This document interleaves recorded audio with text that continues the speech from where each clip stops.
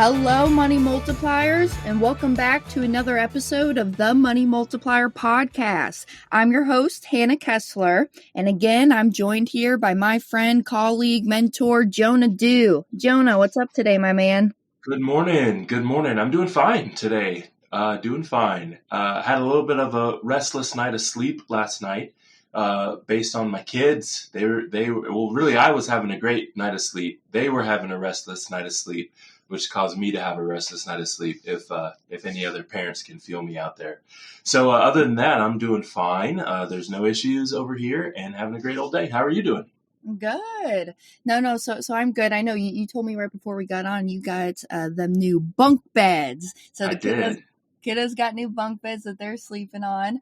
And actually myself, I'm actually spending my nights in the back of my van. So anyways, it's summertime, and usually in the summertime, I like to bounce out of Florida because it's just way too dang hot down there in the south of Florida in the summertime of August. So I'm in the van. I'm in Kansas City today, heading up to the Idaho cabin. Very cool. Very cool. Yeah, I did get him new bunk beds. My son was he says the bunk beds are a little uncomfortable. First night on the top bunk, I said, "What do you mean a little uncomfortable?" He said, "Well, Dad, the bunk beds are made out of wood, and if you sleep on wood, it's uncomfortable." I said, you know what? That sounds about right. Sounds about right, man, but there's a mattress, so, stay on the mattress. He'll be okay. But other than that, we're doing good. We're doing good. So where are you now, Hannah, and how long is it going to take you to get up to Idaho?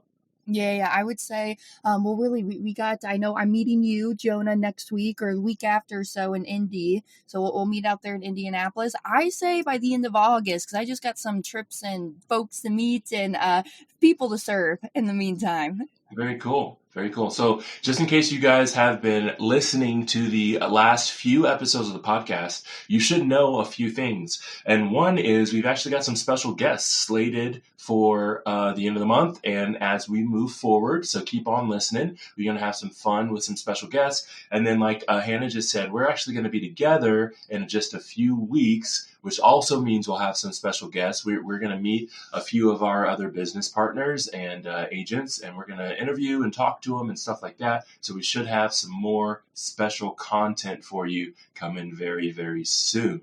Very, very soon. I'm excited about it. So, all right, hop into it. Let's do it.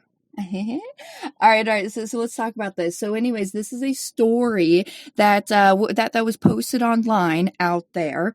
And really, I just kind of wanted to debrief the story, kind of just like a fun little episode today. I know our last episode was actually a person, an actual client, prospect that was writing into us. But this one we found elsewhere out there on the web.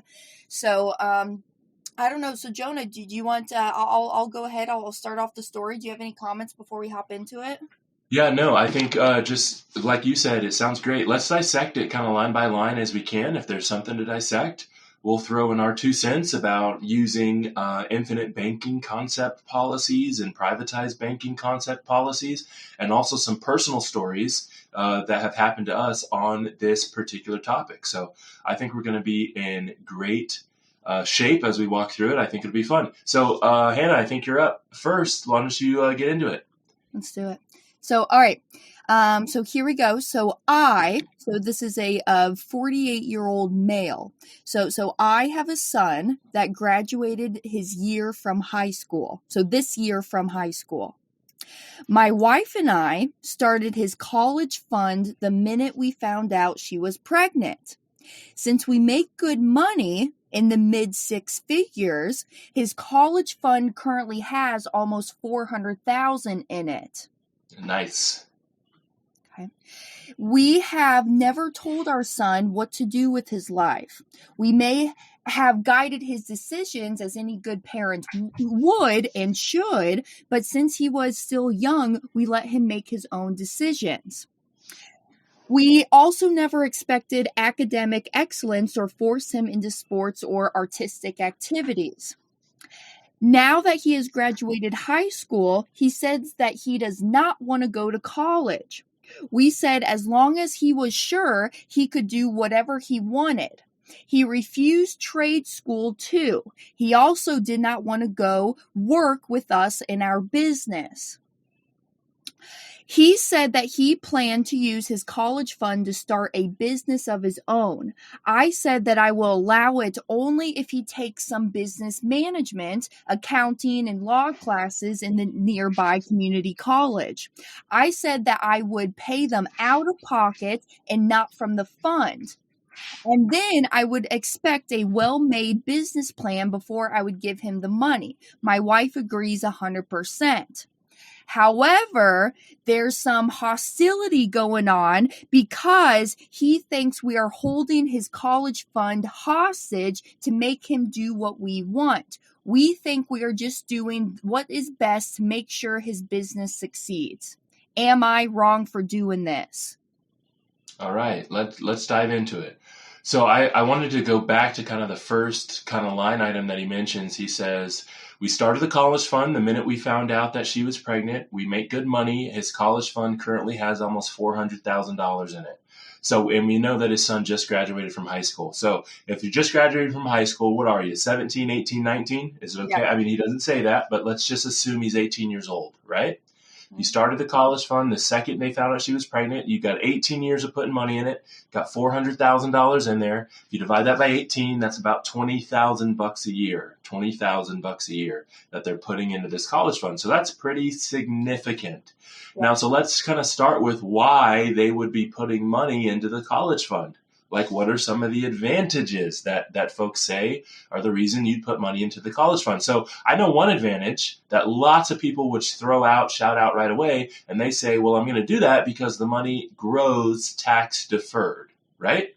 It grows tax deferred. There's a tax benefit. And again, because it grows tax deferred, I can actually deduct whatever I'm putting in that plan from my annual income, so I can pay a little bit less taxes as well. Let me ask you this question, Hannah, though. What does tax deferred mean?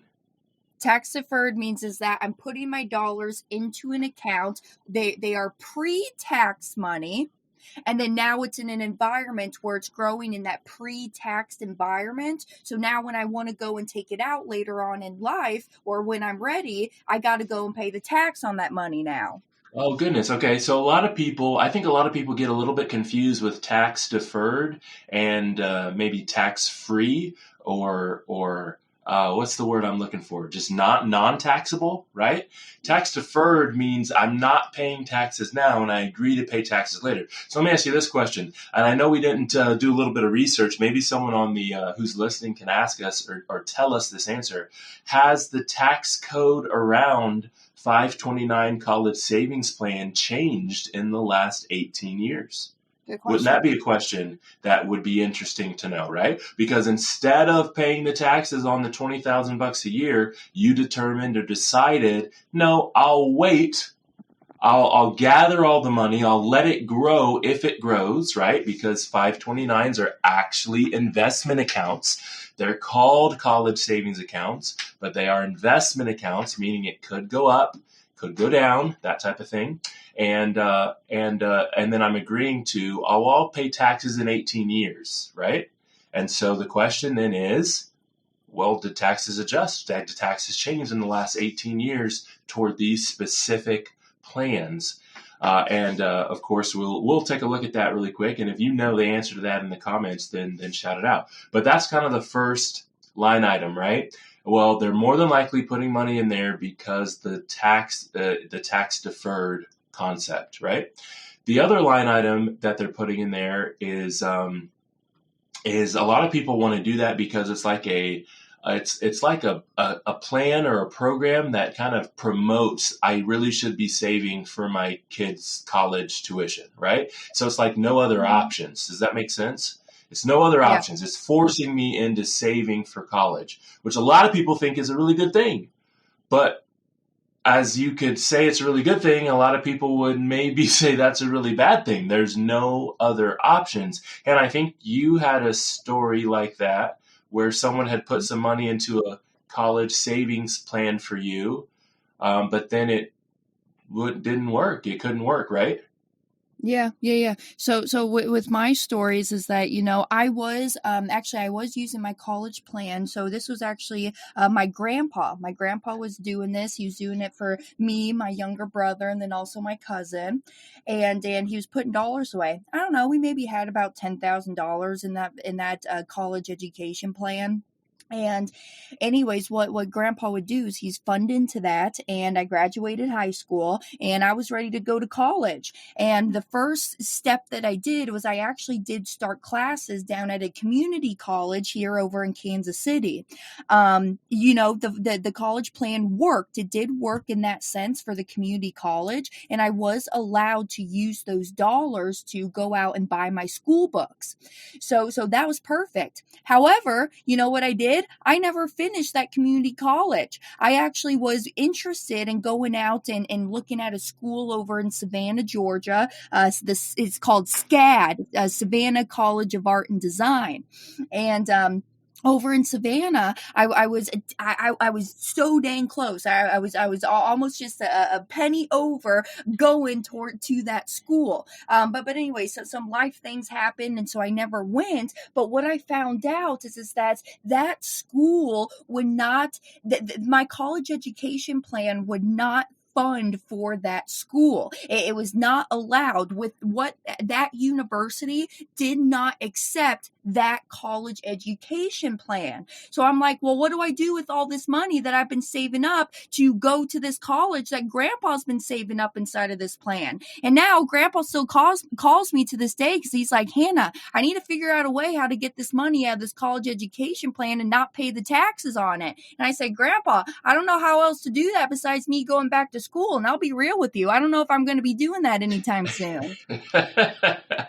You want to know something crazy? So not only does it not apply to the certain school, like in your scenario, but if you were to decide to go to that school anyway and you rack up like student loan debt, just taking the government loans, did you know that 529s can't pay off those loans?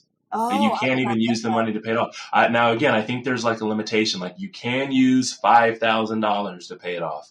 But in this gentleman's situation where he's got $400,000 in there, his son couldn't even go to a school where maybe it won't pay for the school and then use the money to pay off the bill. You literally can't even do that either. Because Yeah, again, that would be like paying for the school that it's saying it's you not going can't to pay do for, so. right?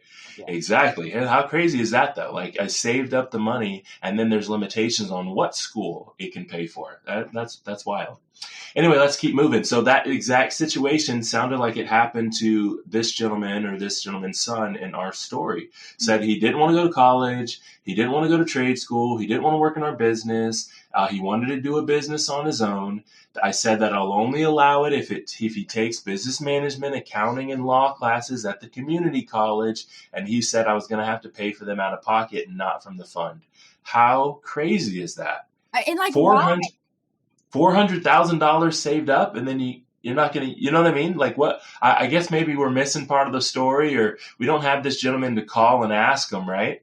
But that doesn't seem like it makes a lot of sense to me. Yeah. If I got $400,000 saved up for a child's tuition school bill here, and then they're gonna go to school, or I'm asking them to go to community college before they start their own business, I would be using that money if I can, if it's allowed for me to use the money, right? It's exactly what I'd be doing. So here's the question: what options, if any, Hannah? Do you know of any options that this gentleman would have, or that you, like in your case, your grandpa would have, to get the money out of this plan if the person who it's for, the beneficiary who it's for, decides not to go to school or wants to do something else? Yeah, honestly, no. I mean, grandpa, what he had to do is he just pulled the money out and had to pay the tax on that money. I don't know That's if right. I don't know if there's any penalties if you just pull it out and you don't use that for the college plan. I bet it's just the taxes that you're hit with. But grandpa had to pull it out and you cut that plan off. And in my opinion as well, that's why what we teach is so dang important in the infinite banking concept, because in my opinion, when if if I have children, I don't know, I don't want to say when, if I have children, that I don't know if I will use these college education plans to store money away to not be in control of. Inside of my banking system, I can use that money forever for whatever X, Y, and Z reason I want to use it for. If I want to go to law school or business school, or if I want to go to surf school, I'm allowed to use my policy for anything that I want to do. I mean, really, that's why Nelson calls it the infinite banking concept. So in my grand idea, I would have, if I was this gentleman, the parent of this high school graduate, what I would have personally done is putting in $20,000 a year into my banking system. Hey, maybe I've been using my banking system over the course of that time that they were in school, but then once they graduate, I now have this cash bucket that, all right, son, if you want to go do this, we can use this because I have this set aside funds just for this. And maybe as I'm talking out loud, maybe that the dad is just so honed in on, well, my son has to use this for this college education. I mean, maybe that's why he's so honed in on it, because he's got 400,000 locked up into this government sponsored plan that, hey, if my son doesn't use this, I'm going to have to go and pay taxes on $400,000. That's right. That's exactly correct. So again, how that tax deferred works is if you put in $1,000 and it grows by 50, if it grows by 50, this is an investment, so it could possibly not grow at all. You could even lose your principal. But if it grows by $50, your $50 grows tax deferred, right? You don't have to pay taxes on the growth. But of course, when you go to take the money out, you're going to have the taxes on all 1,050. Now, again, there are considerations where you do give it to your child for school. It's an approved school. It's on the list, and there's not the tax associated with using the money for school. But let me ask you this question, Anna. What about fees? Do 529 plans have fees attached to them? Yes, they do. They sure do. And if you've seen any of our information or presentation, we talk a little bit about fees. How many times have you seen our example? And if you haven't, maybe we can put a link below this podcast or on our website where you can find it. But we talk about the power of uninterrupted compound interest and what happens if there's a fee attached to that and how much money that fee eats because it's not available or there to compound. For instance, in a 529 plan, it would be the same thing, except the money's not available for it to grow because the fees attached to it, right? So it's not there anymore. Therefore, it can't be invested. It can't earn any money. And all of this is happening inside the 529 plans. So that is exactly how that works. And like you mentioned earlier, just to make it very clear, if you do not use the money for education, I do not believe there's a fee attached to that, but there is income tax. You're taxed federally and at your state level for the income that you take out. And again, of course, as you take it out, that's all going to be income in that particular year. So that could have real implications on your tax liability for that year. Good. Actually, when you brought that up, here's a book recommendation for everybody. If y'all haven't heard of this gentleman, his name is Caleb Williams, and he wrote a book called The And Asset. And in that book, he really does touch on how, because when folks go out and they're working with like financial advisors, right, they'll go out, invest their money somewhere, and that advisor will take maybe a 2% cut or whatnot, 2% fee or whatever. But we think about that rate and we're like, all right, it's only 2%. 2% is so small, so seldom. 2% is not going to hurt me.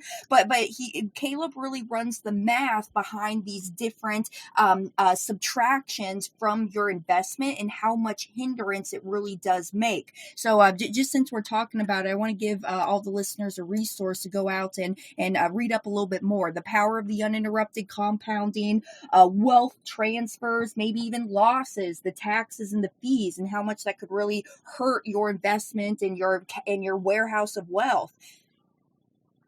That's right.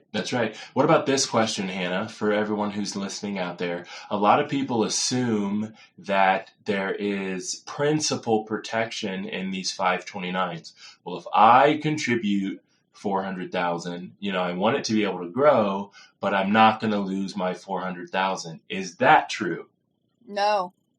Nope, sure isn't. Because even though it's called a savings plan, it's actually built on an investment chassis. It's an investment that you're putting the money into. It's the same type of situation we chatted about a few weeks ago when we talked about qualified plans for retirement. They call them retirement savings accounts, savings plans, but it's not saving. It's an investment, which means you've got the ability to lose the principal, right? Yep.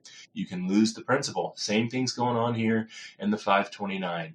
What about guaranteed growth? I'm going to put it in here because I know it's going to go up, right? Guaranteed growth, or I'm going to have guaranteed, interest or earnings or anything like that.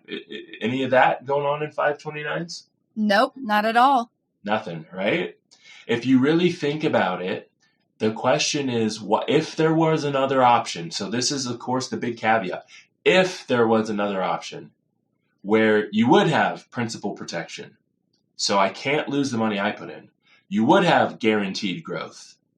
When my child turns 18, they can use the money for school or anything else that they might want to use it for.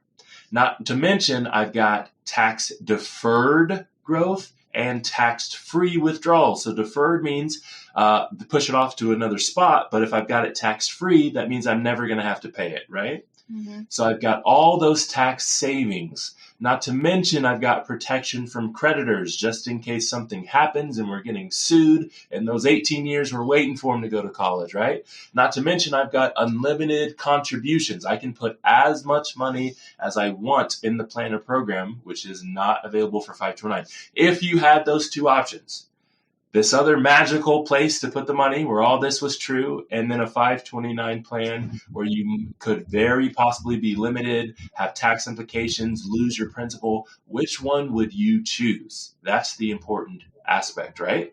That's the question. Which one would you choose? And I'm not sure that anyone that made the decision sitting down 18 years ago, I want to make sure I've got the money for my child when they hit that age to do what they want to be able to do, chooses the 529. However, that's what lots and lots of folks are choosing because they don't realize that there are other options. There is a different way to do things, and it's the way that Nelson Nash taught. It's becoming your own banker. Therefore, you can use the bank, your own private bank, to finance the things that come up and happen in your life. And that's what we wanted to hit on in this episode. The 529 plan versus the privatized infinite bank. There's just such big differences. There's such big ways that you can make the money move and work for you instead of being stuck under someone else's control and rules and regulations. Oh, that was perfect. That was perfect. No, I have nothing else to add. I think I'm ready to kind of talk about where we're going to be at this next coming up month. What do we got, Joe? Nice, let's do it. Yeah, I think Brent Kessler himself, the man, the myth, the legend, Mr. Money Mentor, will be in Wisconsin on August. Is it August 10th? Is it today? Yeah, he's flying. Oh, it's today. Okay.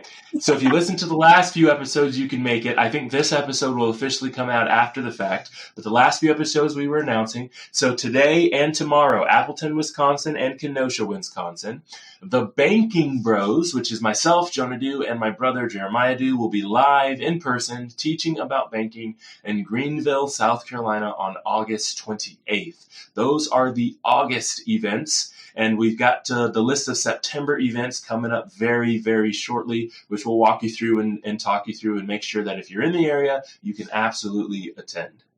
And let me add as well, you can always find our future events. They'll be posted up on the website, www.themoneymultiplier.com. And as well, if this is kind of one of your first episodes that you're listening to of the Money Multiplier podcast, and you're sitting here thinking to yourself, Hannah, what is infinite banking? What is this Nelson Nash guy? And what is becoming your own banker? So go to the website, and up there on our resources, click on presentation, and that will really start you the foundation knowledge of why we're doing this concept, how we're doing it, etc. So go there to go find more, and we'll catch you next time on the next episode. Thanks for listening.